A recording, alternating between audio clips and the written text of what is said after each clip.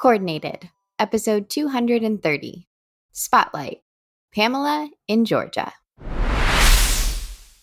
Greetings, AP coordinators. Derek Cometa here, Senior Director, AP Coordinator Experience for the AP program, and former AP Coordinator. And I'm Karli Suge, School Counselor and AP Coordinator. Thanks for joining us. We're excited to shine the spotlight on a fellow AP Coordinator today.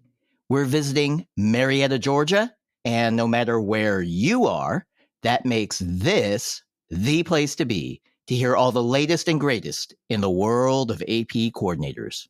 Microphone on. Spotlight on. Game face on. It's time to get coordinated.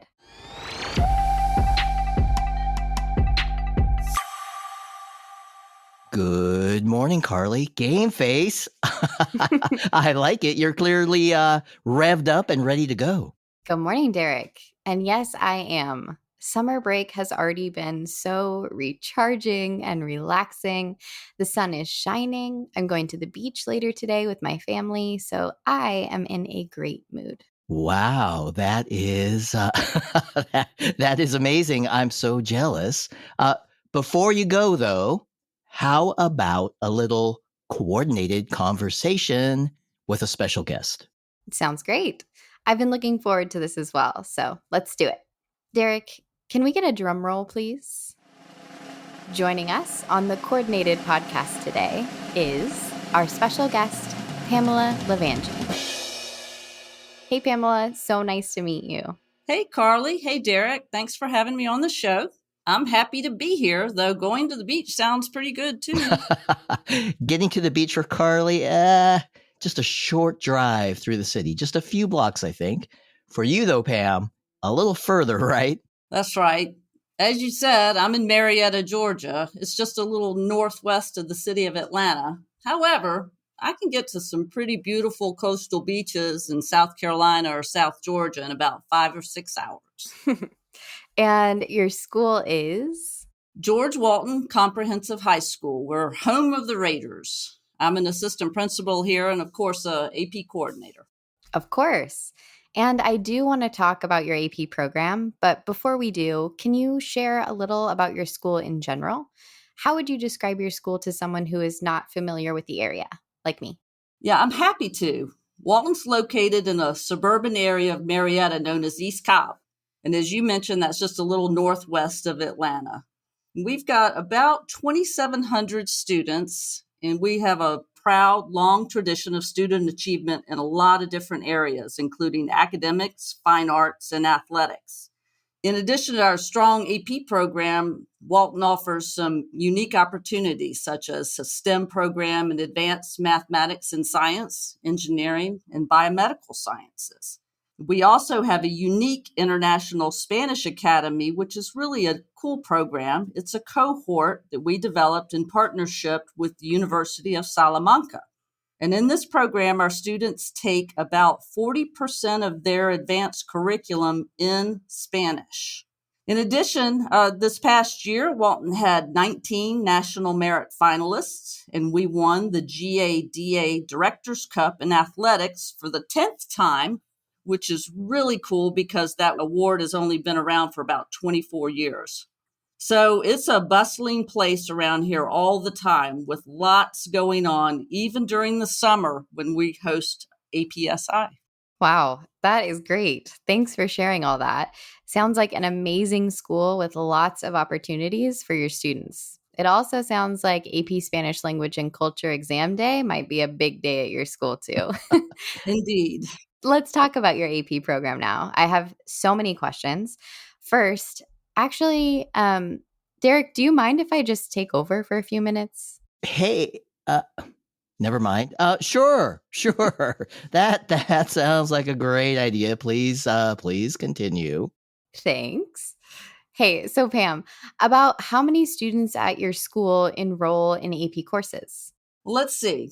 We offer 33 different AP courses, grades 9 through 12. And this past year, we had a little bit over 1,400 of our students enroll in at least one AP course. But we gave just over 3,400 exams. Wow. Speaking of courses, I'm curious, which AP courses have grown the most since you've been there, and which ones are the most popular with your students? That's an interesting question.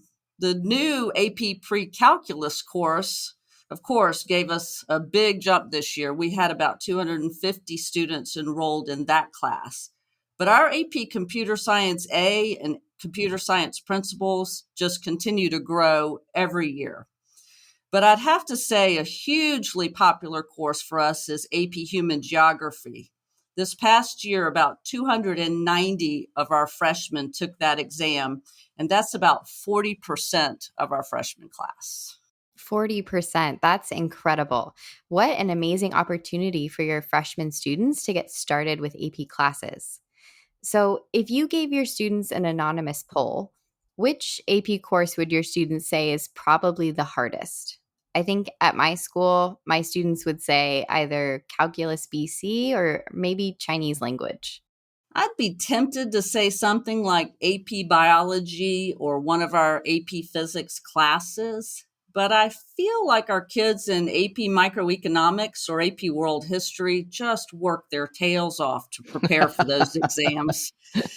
And they come out looking so tired and relieved when they're over. Absolutely. I can definitely see that too. I think at my school, AP Biology is in the running as well. If you don't mind, I'd like to ask a few questions about your background. Sure, please do. So, is the Atlanta area your home? By that, I mean, were you born and raised there? Yes, I am an Atlanta native, which is considered a bit of a rarity around here. And how did you decide on a career in education? My interest first began in the helping field with a master's degree in vocational rehabilitation. I worked at University of Georgia as a disability program specialist. Go Dogs. I then got a specialist degree in school counseling, and that brought me to Walton about 21 years ago. And I just loved being a school counselor here for about 12 years. And then I made the transition into administration. Ah, I knew there was a school counselor vibe here, Pam. I could feel it. And what's it like being an assistant principal and AP coordinator? Lots of responsibilities with both roles. Oh my, yes, indeed. I love what I do, though. I love the challenges and the variety of the duties and responsibilities. And, the school counselor and me, I love working with our teachers and the students and their families. And I feel like my unique position as a former school counselor brings a valuable, unique perspective to our administrative team and as my role as a AP coordinator.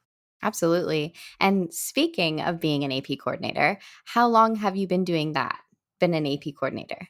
I actually started helping with AP exams while I was still a school counselor, but then I took on the role of coordinator in 2019. Okay.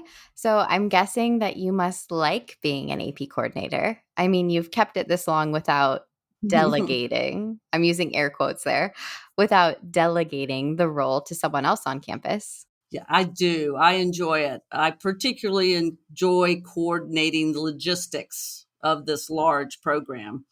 I've seen lots of changes since 2019 with the start of my AP classroom and APRO, and then, of course, AP exams through COVID. And now it's getting ready for digital exams. Always adapting, new changes.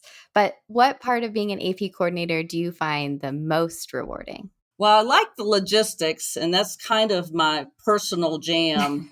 I just get really blown away with our amazing AP teachers and just seeing the passion that they have for the students and how they're able to ignite the best in them.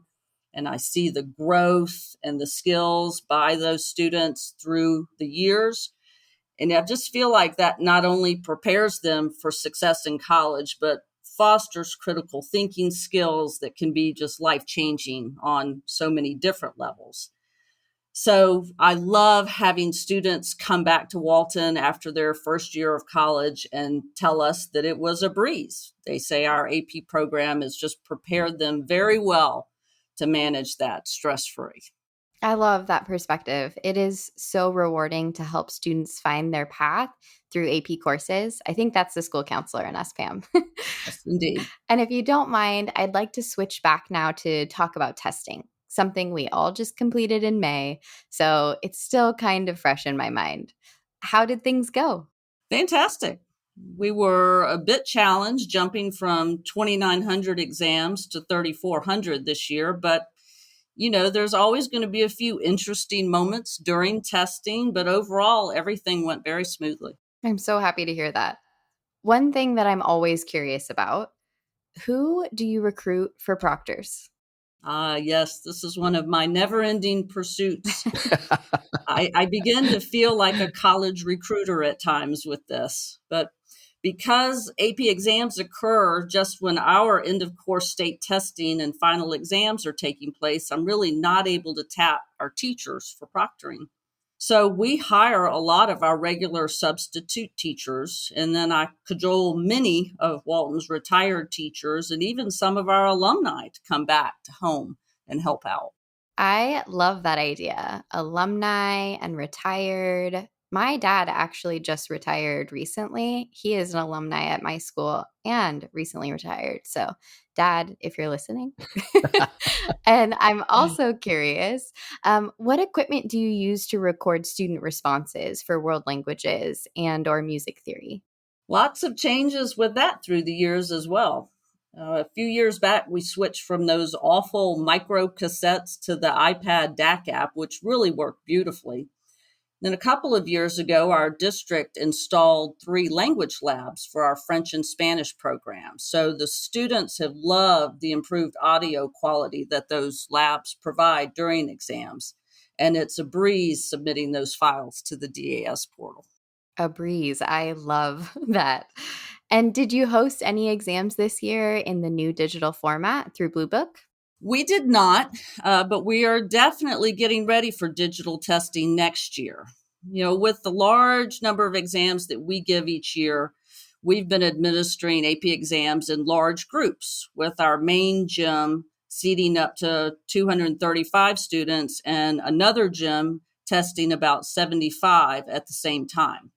So our concern with digital testing had been the Wi-Fi in those areas of our building, and the option of moving the exams into classrooms with better Wi-Fi would be very disruptive to our other students and the teachers as they're finishing the school year in May with EOC testing and final exams, not to mention the additional proctors that would require. So maintaining that ability to give those exams in large group settings is important and something we've been working towards as we prepare for digital testing. So, working with our district leadership, we explored improving the Wi Fi system in our main gym. As a proof of concept, we made enhancements to the system, and the preliminary testing of that system was quite promising. So we will continue working on it, but I'm feeling really encouraged and excited to get started with the transition to digital exams next spring. Thanks for sharing all that. That sounds like incredible planning and preparation, a model way to do things. So thanks for sharing that, Pam. Derek, are you still there? I am. I'm here. Absolutely. I was just kicking back and enjoying the conversation. It was so good. And, I didn't have anything else to do since I was, abruptly removed from the plans. Uh-oh. Sounds like somebody got their feelings hurt. Yes, I can see that. Derek, I'm a counselor, remember? Do you want to talk about it? Can we make it up to you? How about if you ask our special guest a special question to wrap up the conversation? I'm just saving the best for last. Nice save, Karli. I can do that. Before I do, Pam, thank you so much once again for making the time to join us. We loved hearing from you. We loved hearing about your amazing school and AP program. And I would love to hear a nugget of your best advice. So, Pam, what's the best advice you can give someone who is listening to this and is just starting in the role of AP coordinator? Wow. Yeah, that's a great question. I would advise anyone to start early, stay organized, I created lots of forms and spreadsheets through the years to help with that. Read the coordinator's manual from cover to cover with highlighter and sticky notes in hand. And then I would just say enlist help and resources as much as possible. Seek out other AP coordinators in your district. Know that AP coordinator community page is an absolute godsend. And then put that AP coordinator's helpline on speed dial. It's a huge job, but it's well worth it, and there are lots of people ready to give support.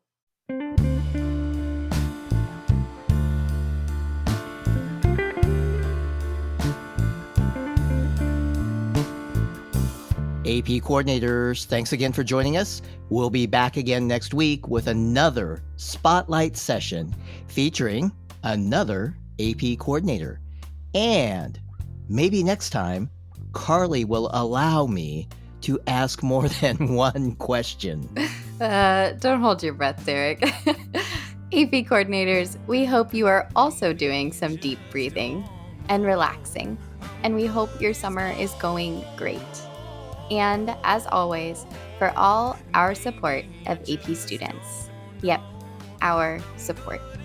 AP coordinators, we are truly good as gold.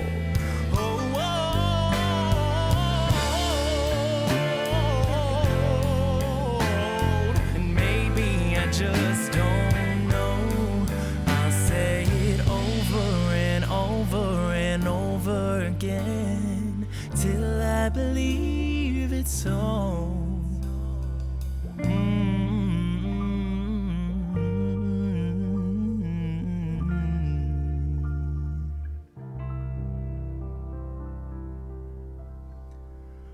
I'm good as gold.